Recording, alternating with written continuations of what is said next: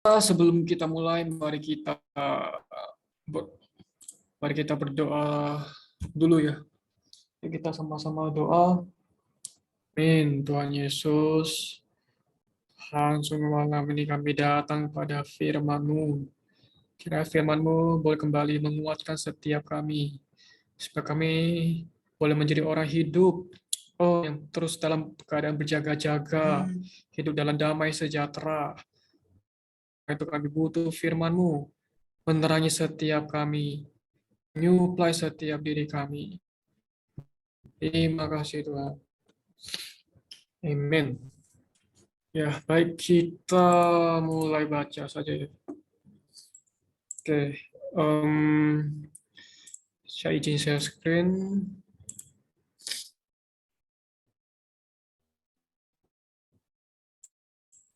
Ya, pembacaan kita ada di kitab Wahyu ya.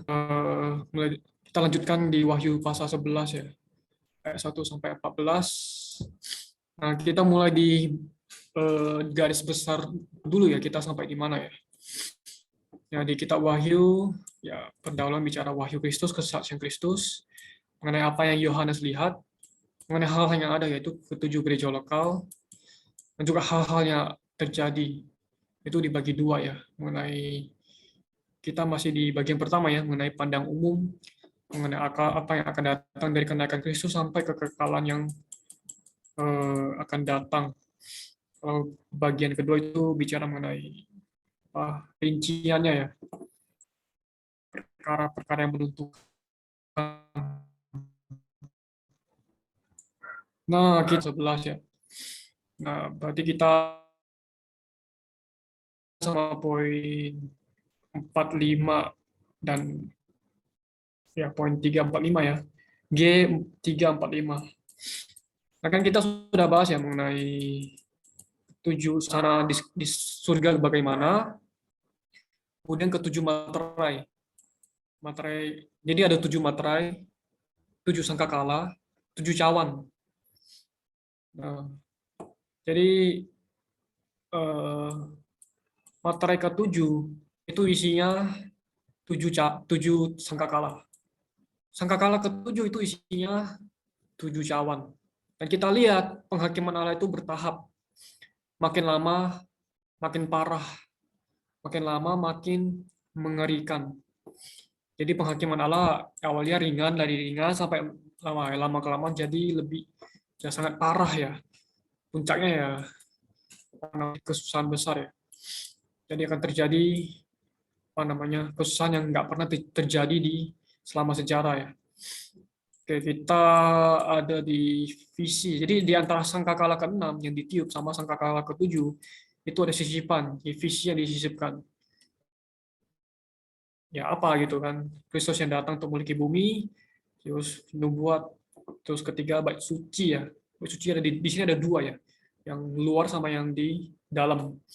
Kemudian mengenai kedua saksi dan gempa bumi. Itu sisipan ya. Dan ini terjadi kapan? Terjadi pada yang kita baca di 345 terjadi pada kapan? Yaitu kesusahan besar. 3,5 tahun yang terakhir ya. Ya baik, kita mulai baca ya. Urutannya sesuai dengan ada di chat. Kita baca satu orang satu ayat. Kita mulai baca poin besarnya dulu. Poin 3 sama-sama. Bait suci luar dibuang. Bait suci dikuduskan dan dijaga, dan bait suci bumia diserahkan kepada orang kafir. 1. Kemudian diberikanlah kepadaku sebatang buluh seperti tongkat pengukur dengan kata-kata berikut. Bangunlah dan ukurlah bait suci Allah dan mezbah dan mereka yang beribadah di dalamnya. Tetapi kecualikan halaman bait suci yang di sebelah luar, janganlah engkau mengukurnya karena ia telah diberikan kepada bangsa-bangsa lain dan mereka akan menginjak-injak kota suci selama 42 bulan. Saksi Musa dan Elia. Aku akan ambil tugas kepada dua saksiku supaya mereka berubah sambil berkabung 1260 hari lamanya.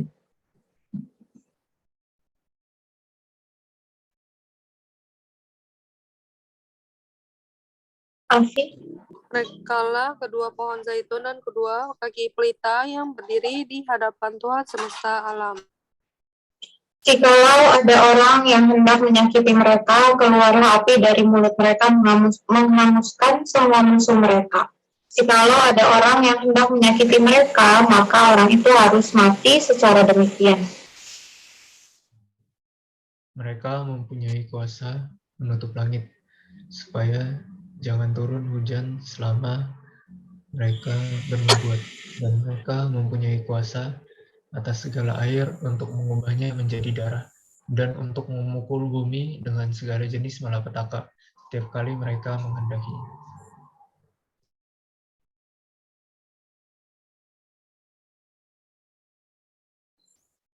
Tujuh, bila mana mereka telah menyelesaikan kesaksian mereka, maka binatang yang muncul dari jurang maut akan memerangi mereka dan mengalahkan serta membunuh mereka.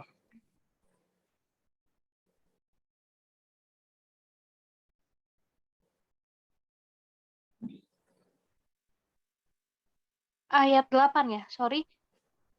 Ya, betul. Amin. Mayat mereka akan terletak di atas jalan raya kota besar yang secara rohani disebut Sodom dan Mesir, di mana juga Tuhan mereka disalibkan. Baik, ayat 9, orang-orang dari segala bangsa dan suku dan bahasa dan umat melihat mayat mereka selama 3,5 hari, dan orang-orang itu tidak memperbolehkan mayat mereka dikuburkan. Mereka yang tinggal di bumi bergembira atas mereka itu dan berpesta dan saling mengirim hadiah, karena kedua nabi itu telah merupakan siksaan bagi semua orang yang tinggal di bumi. 3,5 hari kemudian masuklah roh kehidupan dari Allah ke dalam mereka, sehingga mereka bangkit, dan semua orang yang melihat mereka menjadi sangat takut. Lalu kedua nabi itu mendengar suatu suara yang nyaring dari surga berkata kepada mereka, "Naiklah kemari." Lalu naiklah mereka ke surga di seluruh bumi, awan disaksikan oleh musuh-musuh mereka. Gempa bumi besar, Gempa gempa bumi ketiga dinubuatkan dalam kitab ini. 13, pada saat itu terjadilah gempa bumi yang dahsyat. Dan 1/10 bagian dari kota itu rubuh dan 7.000 orang mati oleh gempa bumi itu, dan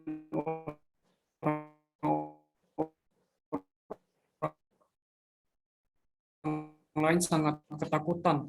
Lalu memuliakan Allah yang kekal Kristus, celaka ketiga yang terdiri atas ketujuh cawan, penghakiman atas orang mati, pemberitaan pahala kepada nabi-nabi, kepada orang kudus, dan kepada orang-orang yang takut akan Allah, dan kebinasaan perusak bumi. Celaka yang kedua sudah lewat, lihatlah celaka yang ketiga segera menyusul. Oke. Coba baca ya catatan kakinya. Kita baca yang 2:4 ya. Catatan 2:4. Kak Arena deh, sampai titik ya. Oke, 2:4 ya. Sini kita lihat adalah pada akhir zaman ini Antikristus akan mengadakan perjanjian dengan orang Yahudi selama 1 minggu 7 tahun, yaitu minggu terakhir dari 70 minggu yang ditetapkan oleh Allah untuk negara Yahudi dalam Daniel 9 ayat 24-27. Pada pertengahan dari minggu terakhir ini, yaitu setelah 3,5 tahun yang pertama, Antikristus akan mengingkari janji dan merusak perihal penyembahan kepada Allah.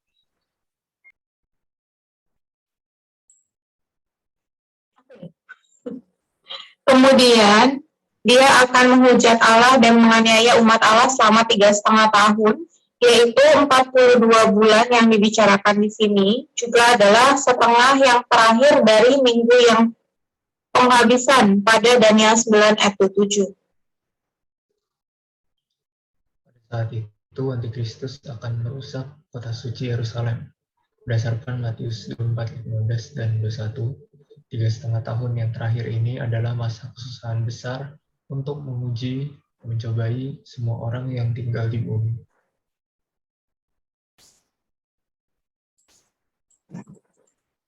Oke, kita lanjut lagi ya. Yang 31 ya. Kesaksian 2 orang saksi adalah cukup. Kedua orang saksi di sini adalah Musa dan Elia. Mereka pernah menyatakan diri di hadapan Tuhan di atas Bukit Perubahan.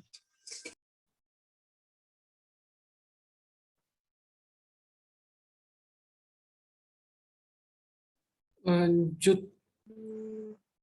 Musa yang mewakili hukum Taurat dan Elia yang mewakili nabi-nabi.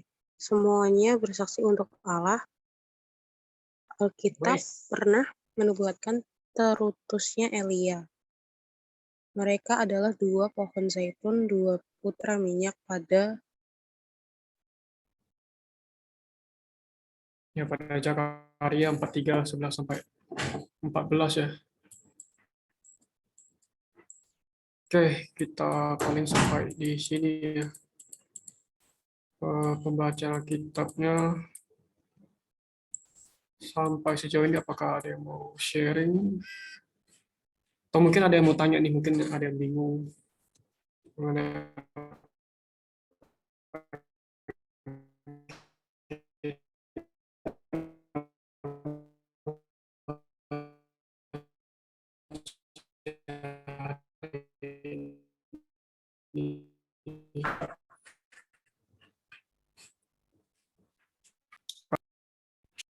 Oke, jadi ya silakan. Ya, mungkin saya sedikit aja ya. Jadi menurut saya, kalau kita sadari dan lihat dengan baik ya, jadi sampai di pasal 11 ini, kenapa sih mesti ada pembicaraan mengenai bulu, ya, tempat pengukur, ya, bangunan dan ukuran suci, ya, Allah dan mesbah dan mereka yang beribadah di dalamnya. Ini artinya apa? Ya, kalau kita kembali baca di dalam setiap firman ya, dari Kejadian sampai Wahyu, sebenarnya ada satu benang merah yang bisa kita ambil, yaitu di antara setiap pembacaan kitab adalah mengenai Kristus dan manusia, atau Allah dan manusia. Nah, ini sangat berhubungan dengan bait suci. Ya, jadi sekali lagi, ketika dikatakan bahwa kita adalah bait Allah dan Roh Kudus tinggal di dalamnya, nah, ini sangat berkaitan dengan kitab Wahyu di pasal 11 ini ya. Jadi kalau saya bisa share sedikit adalah, sekali lagi dalam kehidupan kita, ya, apakah Tuhan sudah yang menjadi terutama, atau masih banyak hal lain yang membuat Tuhan tidak menjadi yang pertama.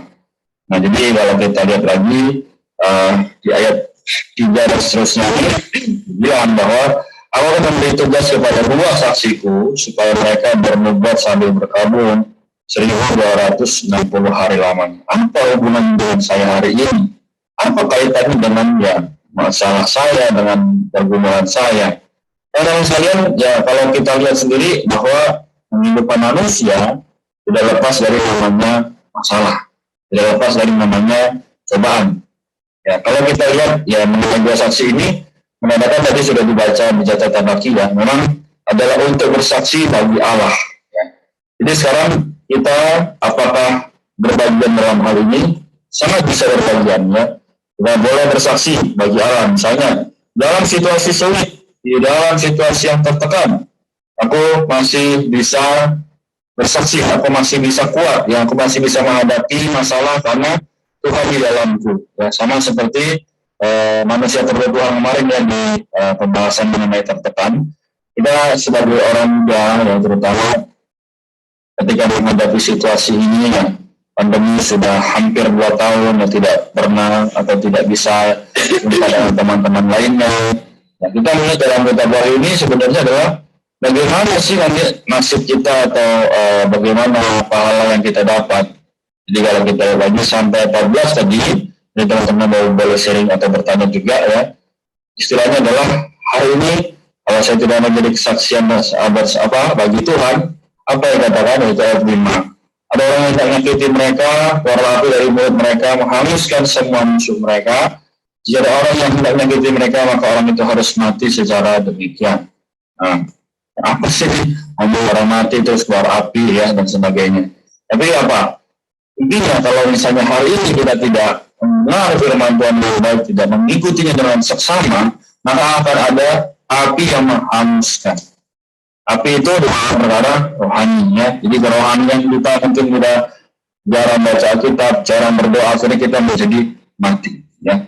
Nah, teman-teman, jadi sekali lagi tidak ada hal lain atau tidak ada jalan lain untuk menyelamatkan kita selain daripada datang pada Tuhan yang setia. Amin ya. Itu yang bisa saya bagikan.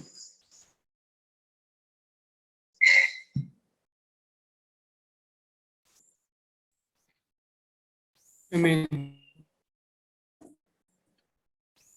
Apakah ada lagi yang mau sharing atau Ini kan ngomongin 3,5 tahun terakhir ya. Benar nggak?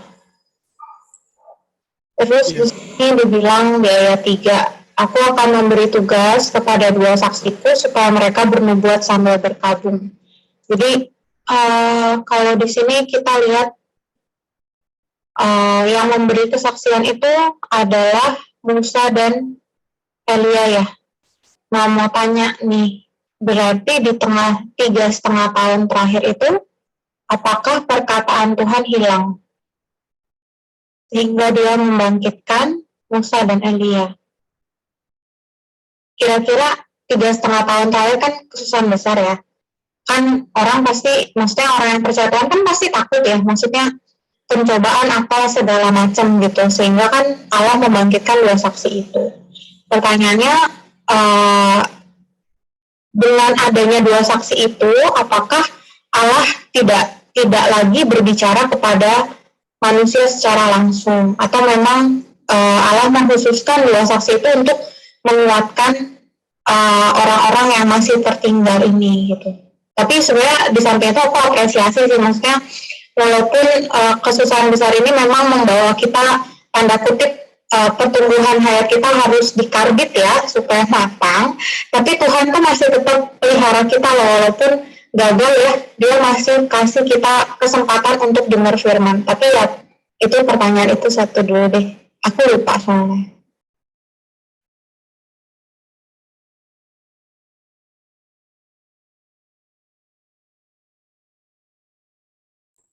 Oke, baik. Tadi Kak Maria sudah bertanya ya mengenai munculnya kedua saksi ini yaitu Musa dan Elia di 3,5 tahun yang terakhir, yaitu masa kesusahan besar. Apakah ada pembicaraan Allah atau tidak gitu? Jadi mengenai pertanyaan, apakah ada yang mau jawab? Ada yang mau coba menjawab mengenai pertanyaan Kak Maria? Boleh coba, nggak usah takut salah.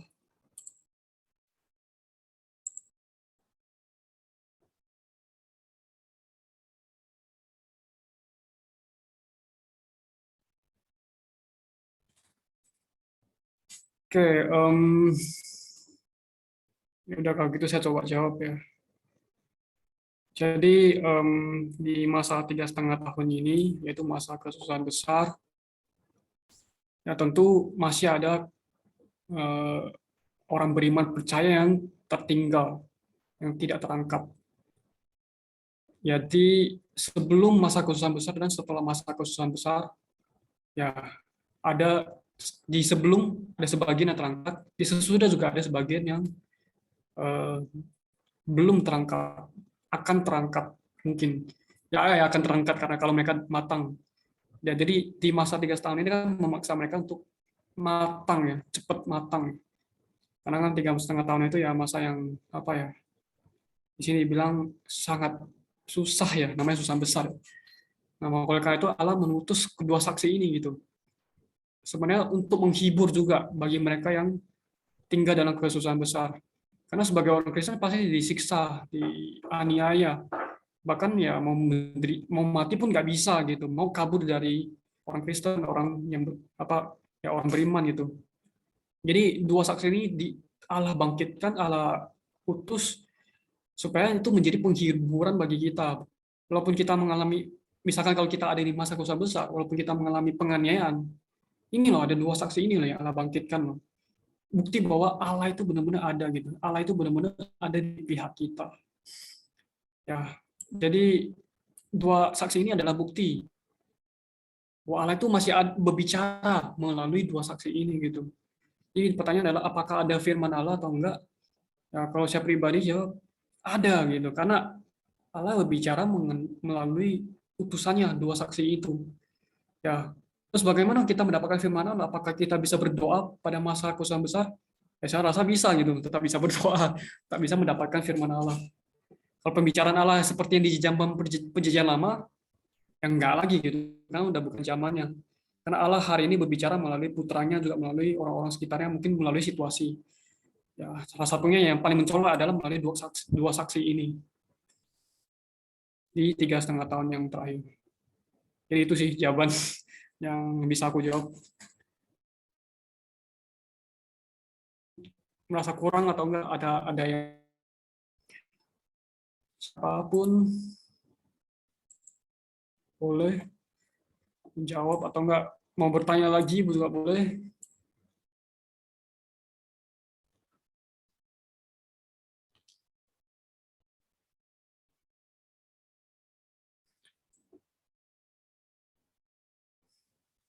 Baik, kelihatannya sudah nggak ada ya. Oke, kalau gitu nggak apa-apa. Saya coba simpulkan ya. Jadi kan kita bicara mengenai bait suci ya. Di sini ada dua ya, yang di luar sama yang di halaman. Yang di dalam sama yang di halaman. Ya, bait suci yang di dalam itu mengacu kepada surga ya. Jadi di 3,5 tahun yang itu kita lihat bahwa di 3,5 tahun yang terakhir, surga itu terlindungi dari iblis ya, kuasa iblis ya. Dan mereka iblis itu dilemparkan ke bumi. Nah, jadi halaman bait suci itu maksudnya adalah Yerusalem secara fisik, bait suci yang fisik yang akan dibangun. Sekarang kan belum terbangun ya. Yang akan terbangun. Nah, mereka akan diserahkan kepada bangsa lain, bangsa kafir. Akan diinjak-injak selama 42 bulan. Yang 3,5 tahun. 3,5 tahun berapa hari? Terus 60 hari lamanya. Nah, jadi di Musa dan Elia, bagaimana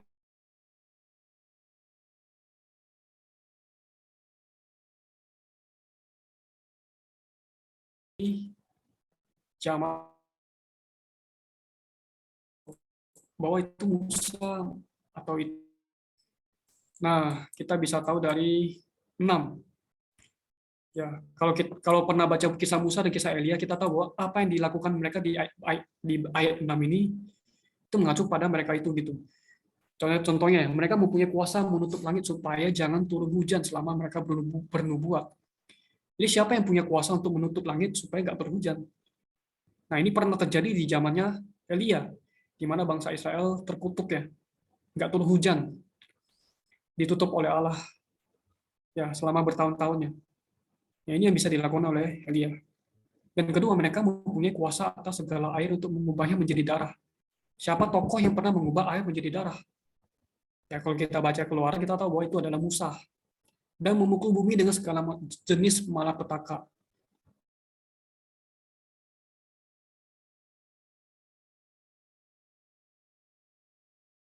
Ya, pernah di zaman kapan? Di zaman Musa kan. Jadi kita dari sini kita tahu bahwa ini adalah Musa maupun Elia. Dan ketika Tuhan di Gunung Pengubahan di Matius 17, kan ada dua, ada Tuhan Yesus sendiri, ada Elia dan juga ada Musa. Jadi ke depan di 3,5 tahun yang terakhir yaitu masa kesusahan besar, akan muncul dua saksi itu Musa maupun Elia.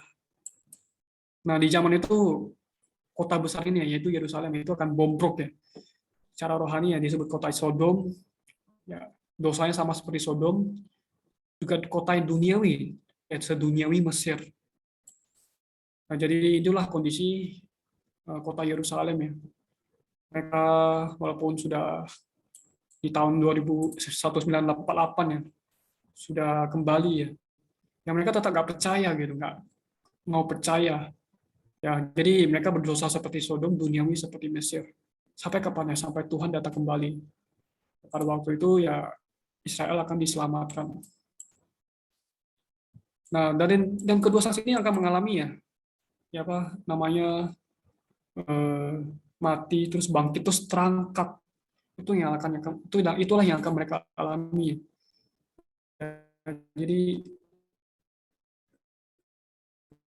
mereka mengalami apa yang sama setelah mereka mengalami ini, melihat ini masih ada aja orang yang nggak percaya sama Tuhan, masih ada aja orang yang memberontak dan apa namanya menantang ya. Jadi itulah manusia ya, mau seberapa mujizat, seberapa hebat yang mereka lihat, ya tetap aja ada orang yang keras hati, nggak percaya sama Tuhan. Oleh karena itu ya saya simpulkan di 1 Tesalonika ya, pasal 5 ayat 9 sampai 10 ya. Sebenarnya kita nggak ditetapkan untuk kesusahan besar. Ya. Tapi apa boleh buat kalau misalkan kita masih belum matang, apa namanya, sebelum kesusahan besar kita masih belum matang ya, mau nggak mau kita harus melalui itu gitu, mengalami namanya kesusahan besar. Supaya kita apa namanya nggak mengalami itu ya, kita harus apa melakukan apa yang ditulis di dalam 1 Tesalonika pasal 5 ayat 9 sampai 10 ya. Kita sama-sama baca yuk. Ayat 9 sampai 10 1 Tesalonika pasal 5.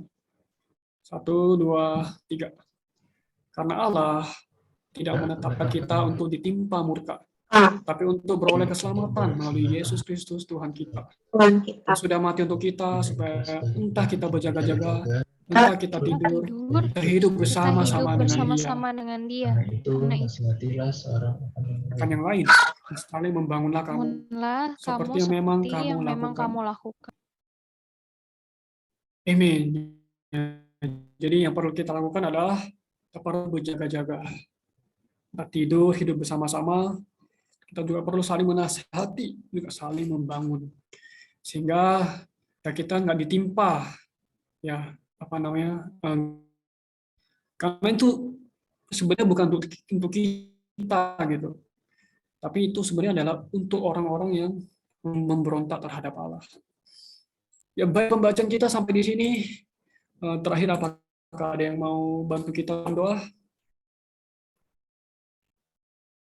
Siapapun boleh.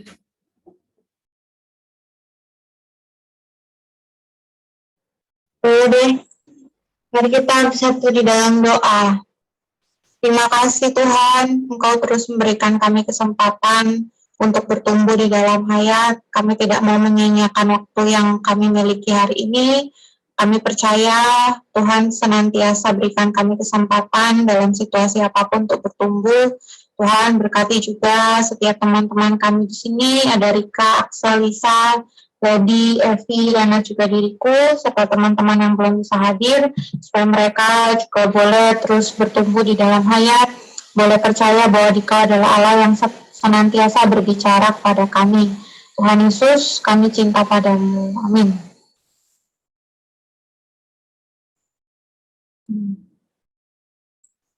Oke, kita sampai di sini ya. Terakhir mari kita foto ya. Karena mungkin bisa bantu.